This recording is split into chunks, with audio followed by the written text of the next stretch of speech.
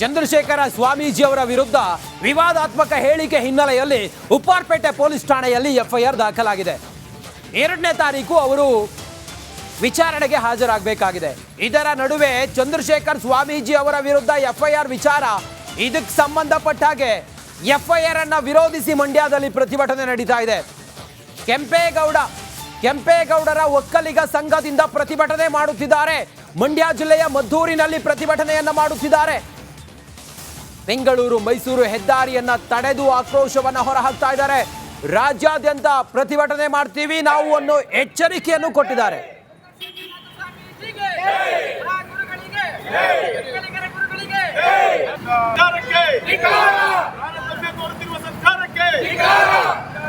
ಒಕ್ಕಲಿಗರ ಮೇಲೆ ದಬ್ಬಾಳಿಕೆ ಮಾಡುತ್ತಿರುವ ರಾಜ್ಯ ಸರ್ಕಾರಕ್ಕೆ, ಒಕ್ಕಲಿಗರ ಮೇಲೆ ದಬ್ಬಾಳಿಕೆ ಮಾಡುತ್ತಿರುವ ರಾಜ್ಯ ಸರ್ಕಾರಕ್ಕೆ ನಮ್ಮ ಒಕ್ಕಲಿಗ ಜನಾಂಗದ ಮಹಾಗುರುಗಳಾಗಿರ್ತಕ್ಕಂತಹ ಪರಮ ಪೂಜ್ಯ ಶ್ರೀ ಚಂದ್ರಶೇಖರನಾಥ ಮಹಾಸ್ವಾಮೀಜಿಯವರ ವಿರುದ್ಧ ಇವತ್ತು ಪೊಲೀಸ್ ದಾಖಲೆಯನ್ನು ಮಾಡಿ ಕೇಸನ್ನು ಹಾಕಿ ಅವರ ವಿರುದ್ಧ ಎಫ್ಐಆರ್ ಅನ್ನು ಫಿಕ್ಸ್ ಮಾಡಿ ಡಿಸೆಂಬರ್ 2ನೇ ತಾರೀಕು ಅವರನ್ನು ನ್ಯಾಯಾಂಗಕ್ಕೆ ಕರ್ತರ್ತಕ್ಕಂತಹ ಒಂದು ಕೆಲಸಕ್ಕೆ ಕೈ ಹಾಕಿರ್ತಕ್ಕಂಥದ್ದು ನಮ್ಮ ಜನಾಂಗಕ್ಕೆ, ಸಮುದಾಯಕ್ಕೆ, ನಾಡಿಗೆ ಅವಹೇಳನಕಾರಿ ಸಂಗತಿ ಆಗಿರ್ತಕ್ಕಂಥದ್ದನ್ನು ಈ ಸಂದರ್ಭದಲ್ಲಿ ನಾವು ಹೇಳ್ತಾ ಇದ್ದೇವೆ.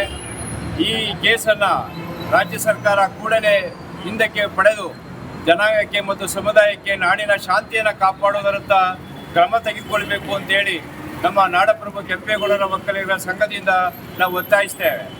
ನಮ್ಮ ಒಕ್ಕಲಿಗ ಜನಾಂಗದ ಮಹಾಗುರುಗಳು ಒಂದು ಕಡೆಯಲ್ಲಿ ಮಂಡ್ಯದಲ್ಲಿ ಪ್ರತಿಭಟನೆ, ಚಂದ್ರಶೇಖರ್ ಸ್ವಾಮೀಜಿ ಅವರ ವಿರುದ್ಧ ಎಫ್ಐಆರ್ ಯಾಕೆ ಮಾಡಿದ್ರಿ ಅನ್ನೋದು.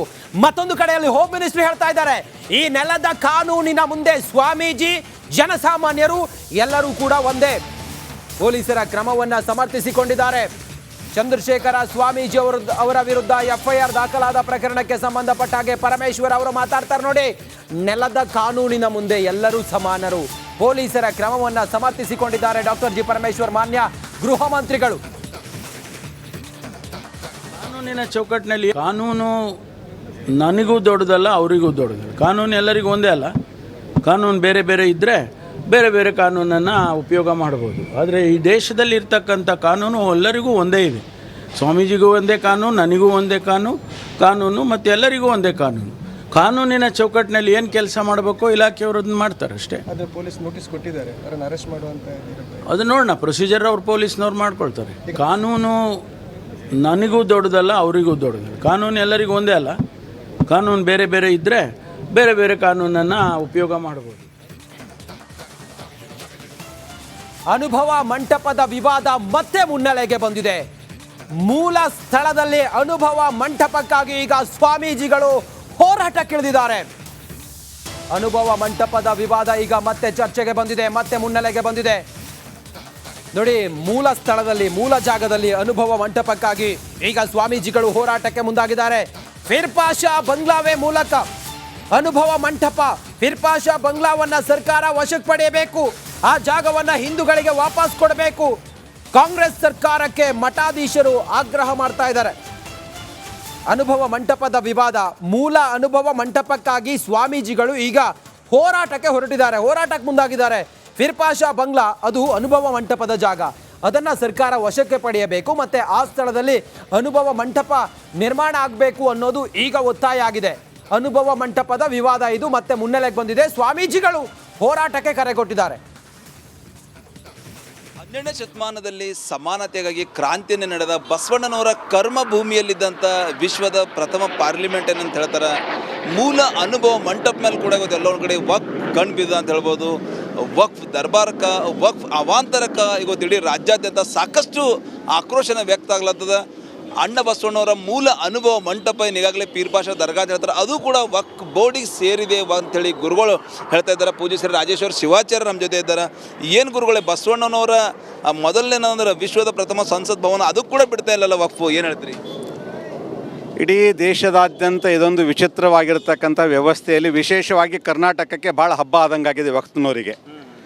ಯಾರ್ದು ರೈತರ ಹೊಲದಲ್ಲಿ ಒಂದು ಮಜಾರಿದೆ ಅಥವಾ ಒಂದು ತುರಬತ್ತಿದೆ ಅಥವಾ ಯಾವುದಾದ್ರೂ ಒಂದು ಅಲ್ಲಿ ವ್ಯವಸ್ಥೆ ಇದ್ದಿದ್ದರೆ ಅದನ್ನು ವಕ್ತದೆ ಅಂತ ಹೇಳ್ಕೊಳ್ತಾರೆ. ಆದರೆ 12ನೇ ಶತಮಾನದಲ್ಲಿರ್ತಕ್ಕಂಥ ಬಸವಣ್ಣನವರು, ಅದಕ್ಕಿಂತ ಪೂರ್ವದಲ್ಲಿ ಚಾಳುಕ್ಯರು ನಿರ್ಮಿಸಿರ್ತಕ್ಕಂಥ 9ನೇ ಶತಮಾನದಲ್ಲಿ ನಿರ್ಮಾಣಗೊಂಡಂತಹ ಮೂಲ ಅನುಭವ ಮಂಟಪ, ಅದು ಭಂಡಾರಖಾನ ಅಂತ ಇವತ್ತಿಗೂ ಕೂಡ ಅದರ ಹೆಸರಿದೆ. ಅವೆಲ್ಲವೂ ಕೂಡ ಇವತ್ತದು ಕ್ರಮೇಣವಾಗಿ ವಕ್ತಿನಲ್ಲಿ ಜರುಗತಕ್ಕಂಥದ್ದು ನಿಜವಾಗಲೂ ಕೂಡ ಭಾಳ ಕೆಟ್ಟ ಇದು ವ್ಯವಸ್ಥೆ ಇದು. ಸೊ ಇದು ಸ್ವಾಮೀಜಿಗಳದೊಂದು ಆಕ್ರೋಶದ ನುಡಿ ಅಂತ ಹೇಳ್ಬೋದು. ಇಲ್ಲಿ BJP ಮುಖಂಡರು ಕೂಡ ಇದ್ದಾರೆ. ಸರ್, ಟೋಟಲಿ ಈಗಾಗಲೇ ಅಂದ್ರೆ ಒಂದು ಅನುಭವ ಮಂಟಪದ ಮೇಲೆ ಕೂಡ ನಾನು ವಫ್ ಕಣ್ಣು ಹಾಕಿದೆ ಸರ್, ಏನು ಹೇಳ್ತೀರಿ ತಾವು? ಯಾವ ರೀತಿ ಒಂದು ಈ ಸರ್ಕಾರಕ್ಕೆ ಒಂದು ಎಚ್ಚರಿಕೆ ಕೊಡ್ತೀರಿ? ನೋಡಿ, ಯಾವ ರೀತಿ ರಾಜ್ಯದಲ್ಲಿ ಎಲ್ಲ ಆಸ್ತಿಗಳನ್ನು ಇವತ್ತು ವಫನ್ನು ಸೇರಿಸುವಂಥ ಕೆಲಸ ನಡೀತಾ ಇದೆ, ಯಾರನ್ನ ಕೂಡ ಅವ್ರು ಬಿಡ್ತಾ ಇಲ್ಲ. ಇವತ್ತು 12ನೇ ಶತಮಾನದಲ್ಲಿ ಅಣ್ಣ ಬಸವಣ್ಣನವರು ಯಾವ ಅನುಭವ ಮಂಟಪ, ದೇಶದ ಪ್ರಧಾನಮಂತ್ರಿಗಳು ಅನೇಕ ಬಾರಿ ಹೇಳಿದ್ದಾರೆ, ದೇಶ ಕಾ ಪಹಲಾ ಪಾರ್ಲಿಮೆಂಟ್ ಅಂತೇಳಿ, ಅದನ್ನು ಕೂಡ ವಕ್ ಮಾಡುವಂಥ ಏನು ಕೆಲಸ ಆಗಿದೆ. ಇದು ಅರ್ಥ ಆಗ್ತಾ ಇಲ್ಲ. ಯಾವುದೋ ರೀತಿಯಿಂದ ರಾಜ್ಯದಲ್ಲಿ ಗೊಂದಲ ಸೃಷ್ಟಿಯಾಗುವಂಥ ವಾತಾವರಣ ಸೃಷ್ಟಿ ಆಗ್ತಾ ಇದೆ. ಸೊ ಇದು ಟೋಟಲಿ ಮೂಲ ಅನುಭವ ಮಂಟಪ ಏನಿದೆ 12ನೇ ಶತಮಾನದಲ್ಲಿ ಕ್ರಾಂತಿಯನ್ನು ನಡೆದಂಥ ಅಣ್ಣ ಬಸವಣ್ಣನ ಕರ್ಮಭೂಮಿಯಲ್ಲಿ ಅದ್ರ ಮೇಲೆ ಕೂಡ ವಫ್ಗಳು ಕಣ್ಣು ಬಿದ್ದಿದೆ. ಅದು ತಕ್ಷಣವೇ ರಾಜ್ಯದ ಮುಖ್ಯಮಂತ್ರಿಗೆ ಸ್ವಲ್ಪ ಆದರೂ ಬಸವ ಭಕ್ತರ ಬಗ್ಗೆ, ಟೋಟಲಿ ಬಸವಣ್ಣರ ಬಗ್ಗೆ ಕಾಳಜಿ ಇದ್ರೆ ತಕ್ಷಣವೇ ರಿಮೂವ್ ಮಾಡಬೇಕು, ಇಲ್ಲಾಂದ್ರೆ ಬಸವ ಭಕ್ತರು ಏನದಂದ್ರೆ ರೊಚ್ಚಿಗಳಂತ ಪ್ರಸಂಗ ನಿರ್ಮಾಣ ಆಗ್ತದೆ ಅಂತೇಳಿ ಸ್ವಾಮೀಜಿಗಳು ಎಚ್ಚರಿಕೆ ಕೊಡ್ತಾ ಇದ್ದಾರೆ ಅಂತ ಹೇಳ್ಬೋದು. ಕ್ಯಾಮ್ರಾ ಪರ್ಸನ್ ಭರತ್ ಜೊತೆ ನಾನು ಮಲ್ಲಿಕಾರ್ಜುನ ಮರ್ಕಲರಿ. ವಿರಾಮದ ಬಳಿಕ ಮತ್ತೆ ಸ್ವಾಗತ. ಉತ್ತರ ಪ್ರದೇಶದ ಸಂಭಾಲ್ನಲ್ಲಿ ಮಸೀದಿಯ ಸರ್ವೆ ವೇಳೆ ಗಲಾಟೆ ಆಗಿತ್ತು. ಪೊಲೀಸರ ಮೇಲೆ ಕಿಡಿಗೇಡಿಗಳು ಕಲ್ಲು ತೂರಾಟವನ್ನು ಮಾಡಿದ್ರು. ಈಗ ರಾಜ್ಯದ ಕೋಮು ಸೂಕ್ಷ್ಮ ಪ್ರದೇಶ ಕರಾವಳಿಯಲ್ಲಿ ಇಂಥದ್ದೇ ಕೂಗು ಕೇಳಿ ಬಂದಿದೆ. ಈ ಕುರಿತಾಗಿ ಒಂದು ಸಂಕ್ಷಿಪ್ತ ವರದಿ ಇದೆ, ನೋಡೋಣ ಬನ್ನಿ.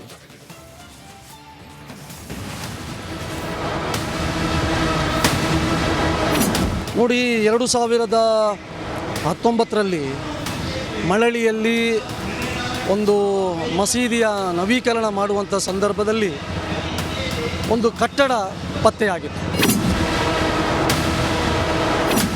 ನಾವು ಅದನ್ನು ಪ್ರಶ್ನೆ ಮಾಡಿ ಕೋರ್ಟಿಗೆ ಹೋಗಿದ್ದರು. ಕೋರ್ಟು ಅದಕ್ಕೆ ಸ್ಟೇ ಆರ್ಡರನ್ನು ಕೂಡ ಕೊಟ್ಟು, ಯಾವುದಕ್ಕೆ ಮಸೀದಿಯನ್ನು ನವೀಕರಣ ಮಾಡಬಾರ್ದು.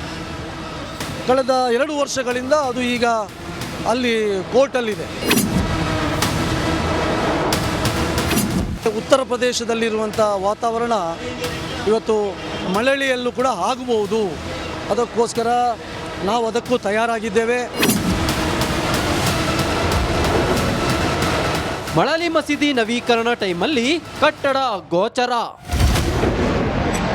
ಸರ್ವೆ ನಡೆಸುವಂತೆ ಕೋರ್ಟ್ಗೆ VHP ಅರ್ಜಿ. ಬೃಹತ್ತಾದಂಥ ಒಂದು ದೊಡ್ಡ ಪ್ರತಿಭಟನೆ ಮುಂದಿನ ವಾರ ಇಡೀ ಕರ್ನಾಟಕದಲ್ಲಿ ಆಗ್ಲಿಕ್ಕಿದೆ.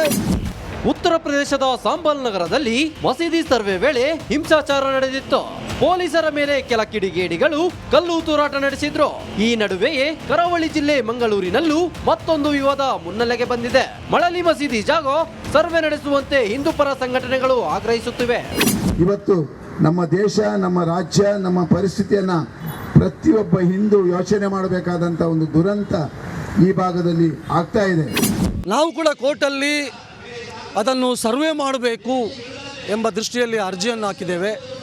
ಅರ್ಜಿ ಇವತ್ತು ಕೋರ್ಟಲ್ಲಿ ವಾದ ವಿವಾದ ನಡೀತಾ ಇದೆ. ಹಾಗಾಗಿ ಮುಂದಿನ ತಿಂಗಳು ಬಹುಶಃ ಕೋರ್ಟಲ್ಲಿ ಸರ್ವೆ ಮಾಡಬಹುದು ಎಂಬಂಥ ಆದೇಶವೂ ಬರ್ಬೋದು.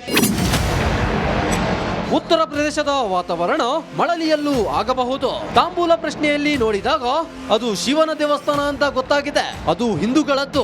ಕಾನೂನಿನ ರೀತಿಯಲ್ಲೂ ನಾವು ಹೋರಾಟಕ್ಕೆ ತಯಾರಿದ್ದೇವೆ ಅಂತಾರೆ VHP ಮುಖಂಡ ಶರಣ್ ಪಂಪ್ವೆಲ್.